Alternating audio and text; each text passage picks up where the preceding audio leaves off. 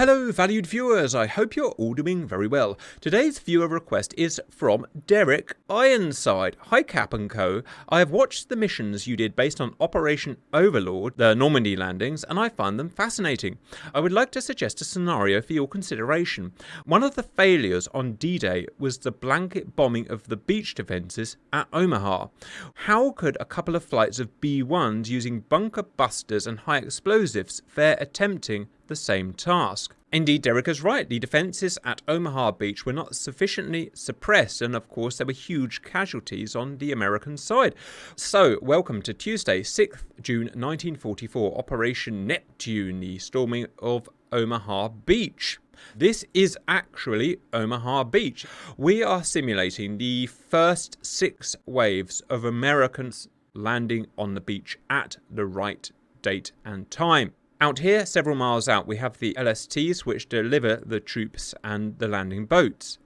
Here we have the first 6 waves of landing boats modelled, waves 1 to 6. That's 54 companies of men in 216 Higgins boats, a total of 7,776 men in these first waves. Once the first wave hits the beach, the boats will disappear, despawn to save us a bit of memory, and the first wave of troops will spawn on the beach. We've modelled the entire of the first wave. That is 1,296 men on that beach, and they're going to go up against the German defences today, which are modelled as 31 hardened bunkers, each modelled with 2 to 3 MG42 machine guns. We're going to run 2 sims today. First, just that, with no modern tech added. That establishes a baseline.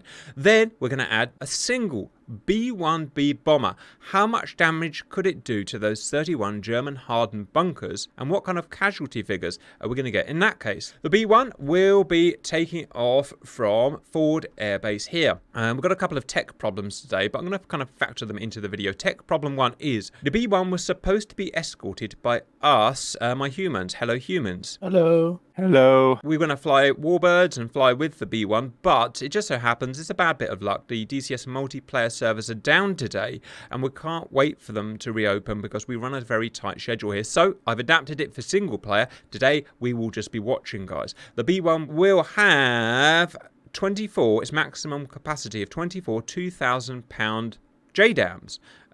These are standoff INS GPS guided bombs. Each should have no problem in putting out of action those bunkers. The B-1 will fly to Normandy, about 25 miles away from the beach. It will deliver its 24 bombs and try and take out as many hardened bunkers as we can.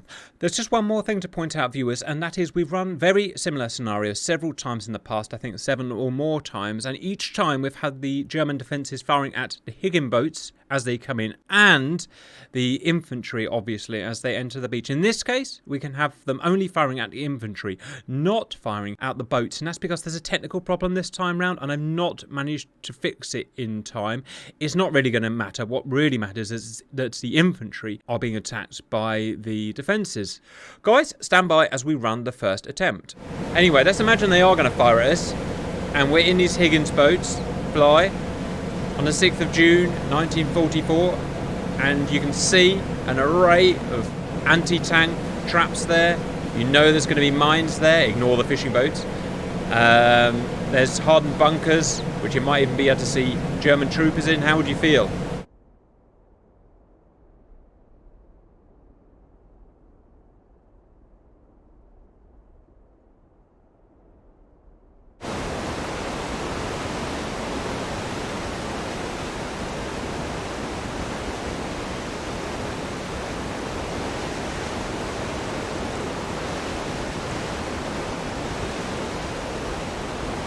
Honestly, strange.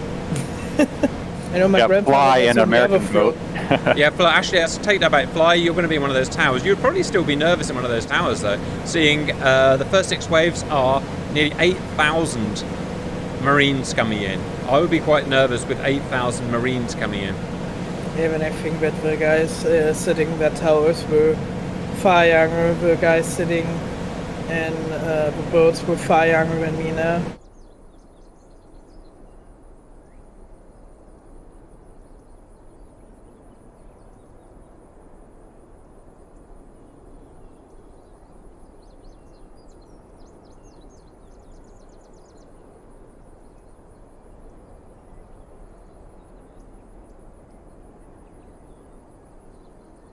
I'm guessing you guys have all seen Saving Private Ryan. They do an excellent Normandy scene, don't they? Storming the beaches. Mm-hmm. Many World War II experts or veterans said, watch that movie, it gives you quite a picture of what it was like. It's not directly what it's like, but how terrifying it was. Right guys, once these hit the beach, they're going to disappear and the troopers are going to spawn, and the troopers do still work okay. It's going to be, well, considerably laggy obviously, but they will still be modelled bullet for bullet.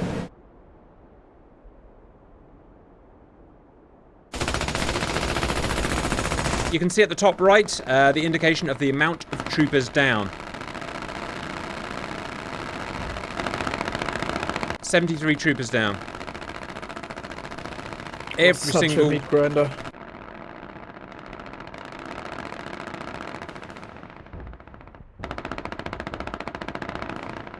Yep, every single bullet being modelled. I mean, it would be different. You didn't have them all appear on the beach like this, immediately. They would be deploying over the course of several minutes, but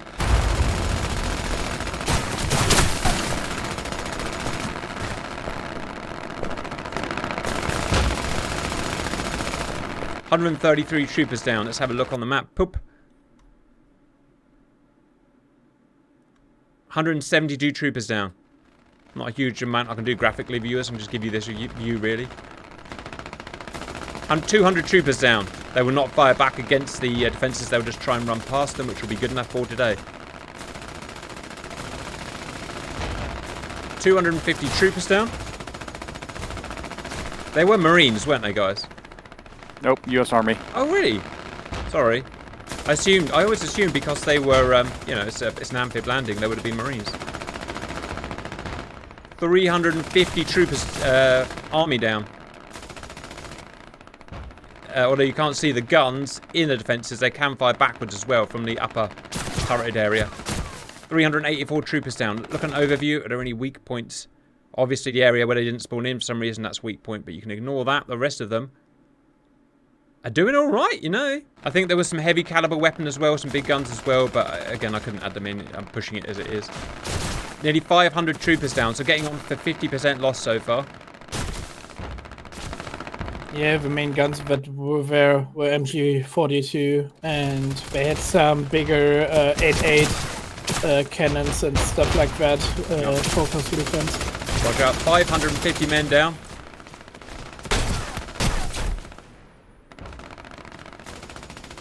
That is considerably mean. 600 men down. Ignore the costs, I just had to put a nominal cost in there just to make it run.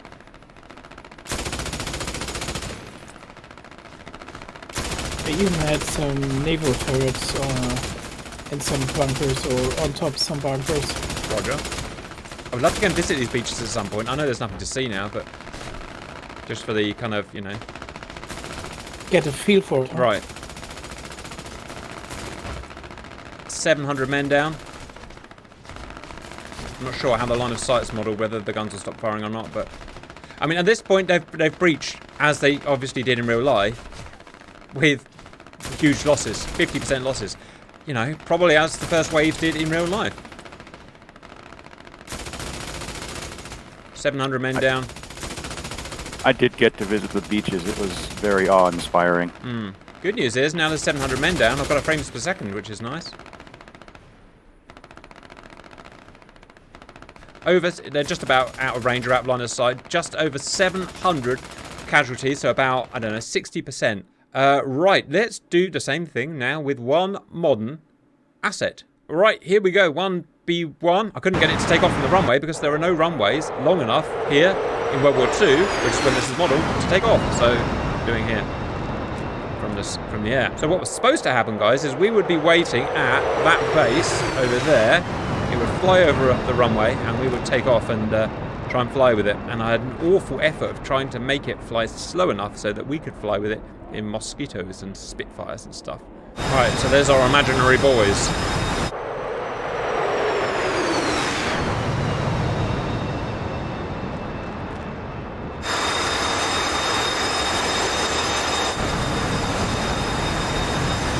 Right, and because there's no warbirds, in this version what should happen is it goes to full reheat and hits VMAX. Is it dropping JDAMs or gun bombs? I thought about gun bombs, but it was almost impossible to get each bomb to be accurate enough. I mean, kind of World War II-esque. You couldn't make each bomb accurate enough to hit the bunker, which you need for the direct kill. So I had to give it guided bombs. We've got a choice of extended range and non-extended range JDAMs. We've gone for extended range variants, which is the variant I needed if it was going to fly slowly with the Warbirds, which is not now, but I just couldn't be bothered to change it, basically.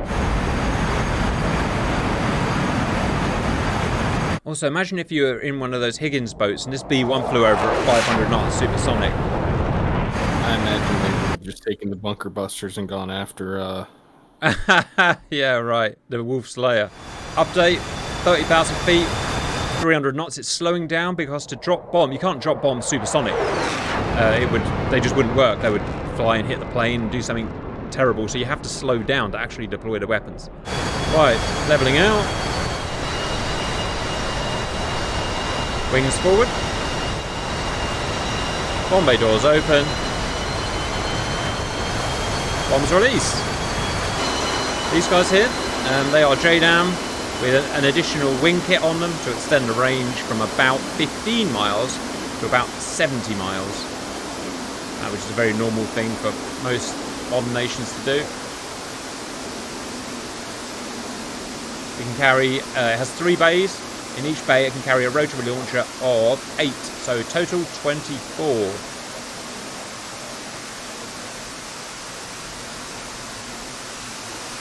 Alright, 8 bombs out, 9 bombs out, 10 bombs out, 18 bombs out, 21, 22,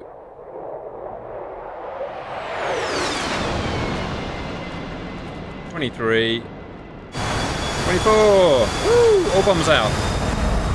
There are the LSTs, and there are 216 landing craft. Wow, they're getting close. Right, all S is about to break loose. Right, let's hope these bombs get here before the men spawn. I hope I check this does work. Otherwise, we're going to end up taking our own men out with a friggin' giant 2,000-pound blast. Where are the bombs? Also, let's hope the targeting works.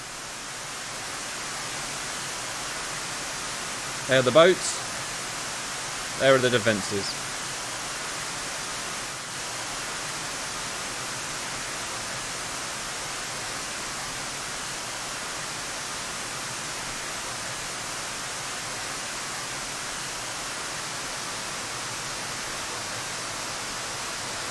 Bombs in terminal phase. Oh, sonic boom, what was that? Oh, it was the B-1. The B-1 just flew over. Ha! The sonic boom, turned it burners on, went back to England. There it is. There it is, look. Wings back. Sorry, missing everything now. Right, here we go. Here we go. Perfect. Oh, God. Oh, that's sexy. Come on, before the infantry get there. Before the infantry get there. Cap, You like that fly? imagine you sitting in that Higgins boat, you never in your life heard no man at that point in time heard ever a sonic boom from an airplane. You haven't, have they? You haven't heard a sonic boom.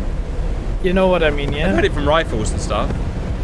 There's a U. This guy's sitting here, and 24 2,000-pound bombs come smashing over his head. Silent. They're silent. They're not powered. But you see them, and then everything blows up. Now, what's the damage? 24 were destroyed. Unfortunately, there were 31, so some remain.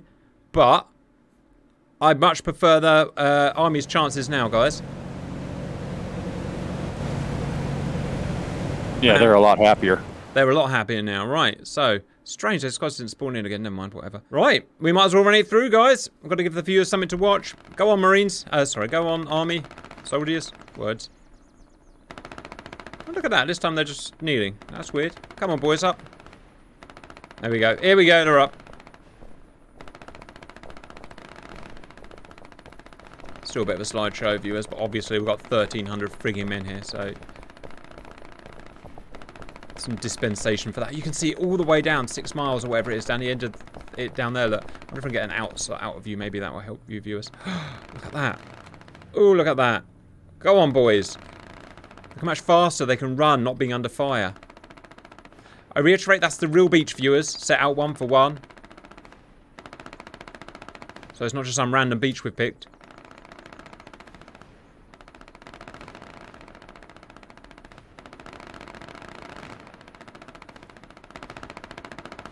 Some guys going backwards. Oops. Oh, wow, 200 down. Oh, that's a bit scary, actually. I really didn't think that many get shot. Never mind. We're nearly through now, look. Look how much faster they run when they're not under fire. They're already into the village.